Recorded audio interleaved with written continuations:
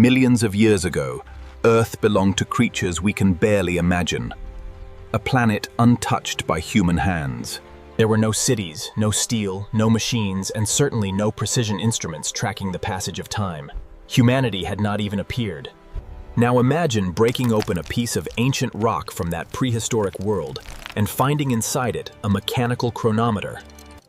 A device of engineered gears and deliberate design. Something that was built to measure time.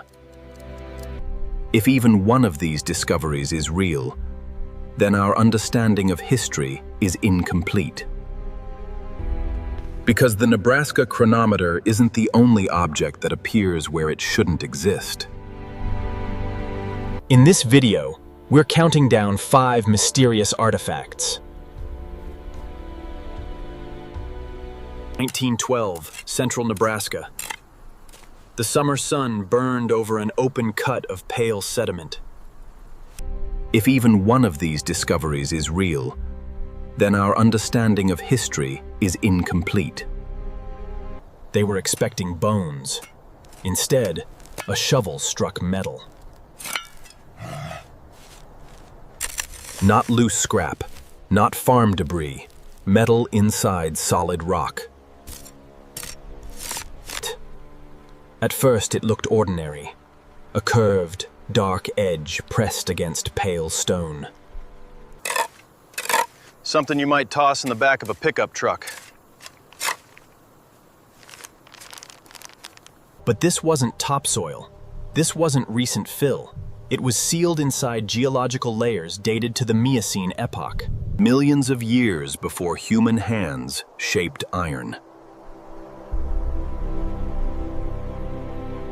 And that's the contradiction. Metal tools did not exist then. Humans did not exist then. Nothing capable of precision engineering existed then. Yet there it was. Extraction slowed to a crawl, measured strikes, photographs. If this was contamination, they would find the intrusion path. They didn't. When the object finally came free, conversation stopped. One of the crew reportedly stepped back in disbelief.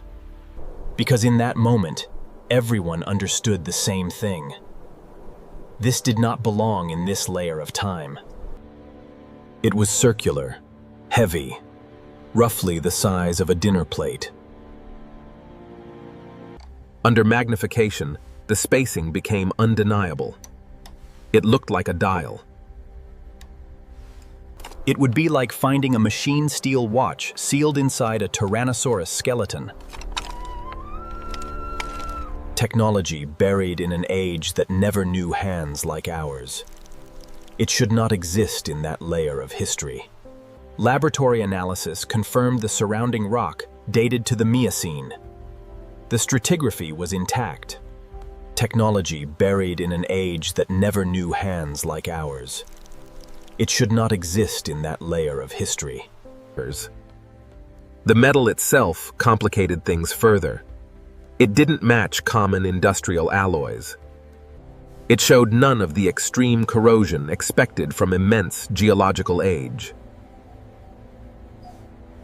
It did not resemble any known natural mineral concretion. And nature does not machine evenly spaced, measurement-like grooves into solid metal. Official explanations came quickly. A modern object forced downward by erosion. A rare geological formation mimicking design. An unnoticed fracture in the rock layer. At first glance, that makes sense. But none addressed the central problem. The surrounding stone showed no disturbance. No intrusion channel. No secondary filling. No signs that anything had entered after formation. So it was labeled carefully, quietly, an anomaly, not a device.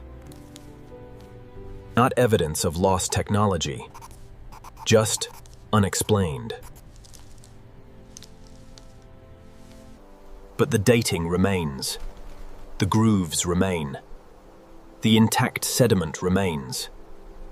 If the Miocene layer is correctly dated, and geologists agree that it is, then something capable of shaping metal with mechanical precision existed. Millions of years before accepted history allows. In 1889, workers were clearing ground near the edge of a dry, wind-carved basin in Ojuelos de Jalisco, Mexico, when a pickaxe struck something smooth beneath the soil. Not bone, not ordinary rock. Something shaped. At first, it looked like just another stone pulled from the earth.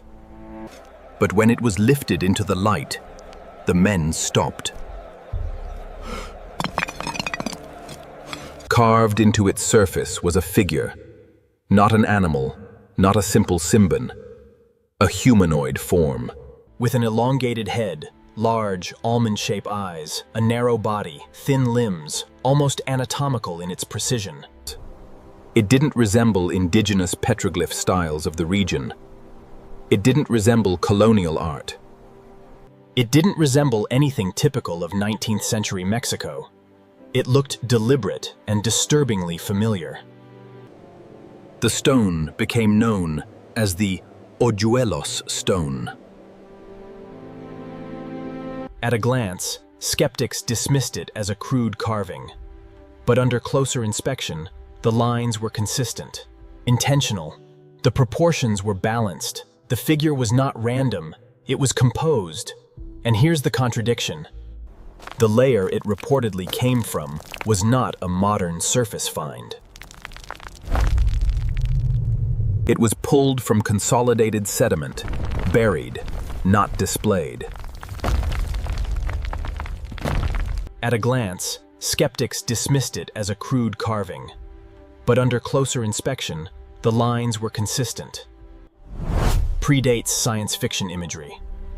Predates the now iconic gray archetype by decades. This was 1889, long before Roswell, long before flying saucers filled newspapers. Long before alien imagery became cultural shorthand. Yet the carving resembles what the modern world would later describe as extraterrestrial. It would be like finding a photograph of a jet airplane etched into medieval stone centuries before flight was invented. So what is it? Official explanations came quickly. A hoax. A later carving planted for attention. A misinterpretation of indigenous symbolism. And if it wasn't planted, if it truly emerged from where it was reported, then someone in the 19th century or earlier Carved a figure that mirrors imagery humanity would not widely imagine for nearly 100 years. Coincidence? Cultural projection? Or something else entirely? Because the Ojuelos stone forces an uncomfortable question. Are some images discoveries or memories? And if this carving wasn't inspired by modern myth, then what inspired it? Carved into a flat granite face inside the ancient Ramaswana Park is a circular diagram that does not look like anything else from its time.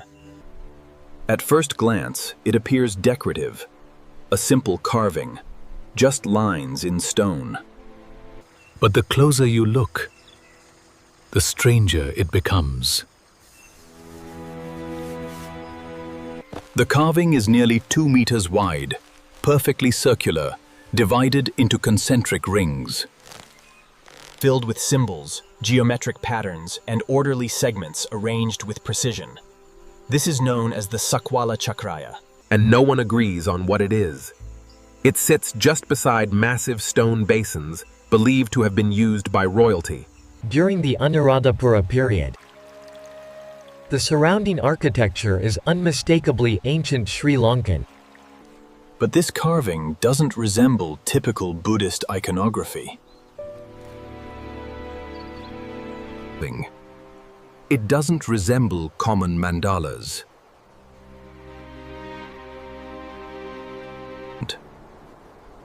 It doesn't resemble standard decorative motifs of the region.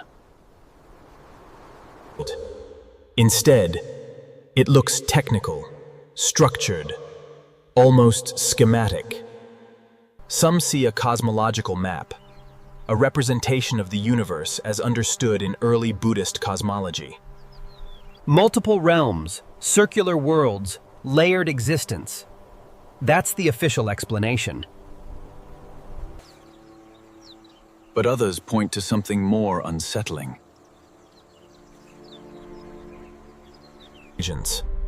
The layout resembles orbital paths, planetary divisions, even atomic diagrams. The symmetry is striking, the segmentation deliberate. It would be like discovering a blueprint of— And here's the contradiction. There is no inscription explaining it. No textual reference directly describing this carving. No definitive documentation from the era labeling its purpose. It simply exists.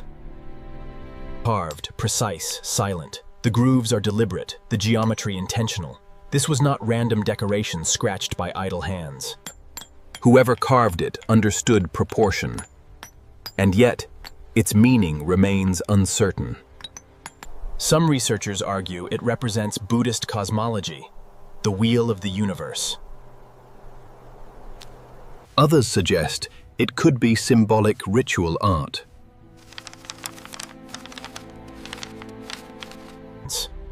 And then there are those who believe it encodes astronomical knowledge far more advanced than assumed for its period.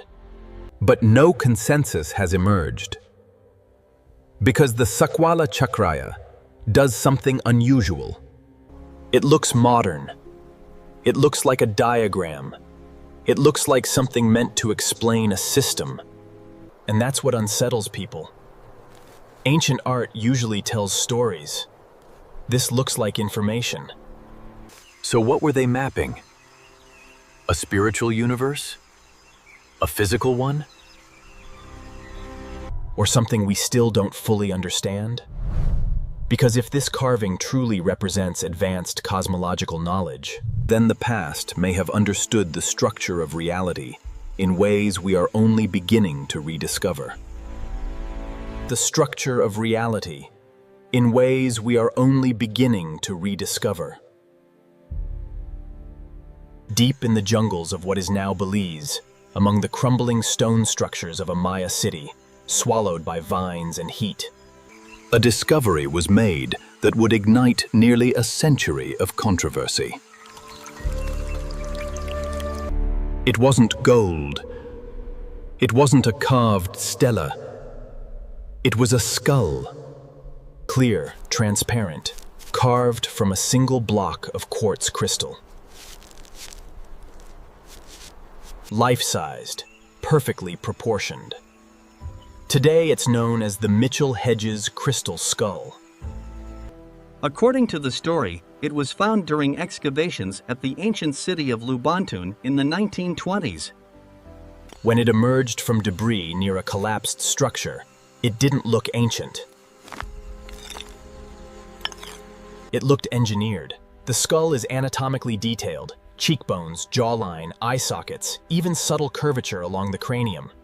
The lower jaw is detachable, carved as a separate moving piece that fits seamlessly into the upper skull.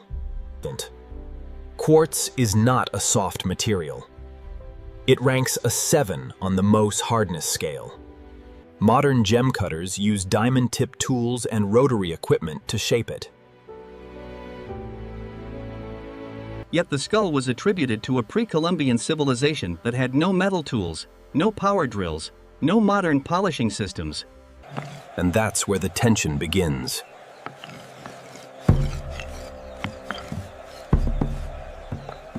If it is genuinely ancient, then whoever carved it achieved a level of precision that rivals modern lapidary work. Microscopic examinations have shown extremely smooth surfaces, highly polished planes. Symmetry that appears intentional rather than accidental. Some researchers argue it could have taken years, possibly decades, of continuous abrasion using sand and primitive tools to achieve such detail. Others are not convinced. Skeptics point out that similar crystal skulls surfaced in the late 19th century through European antiquities markets. Some were later determined to have been carved using modern rotary tools. And that complicates everything. Because if the Mitchell-Hedges skull was not excavated in situ, A 20th century creation marketed as a relic. But here's what keeps the debate alive.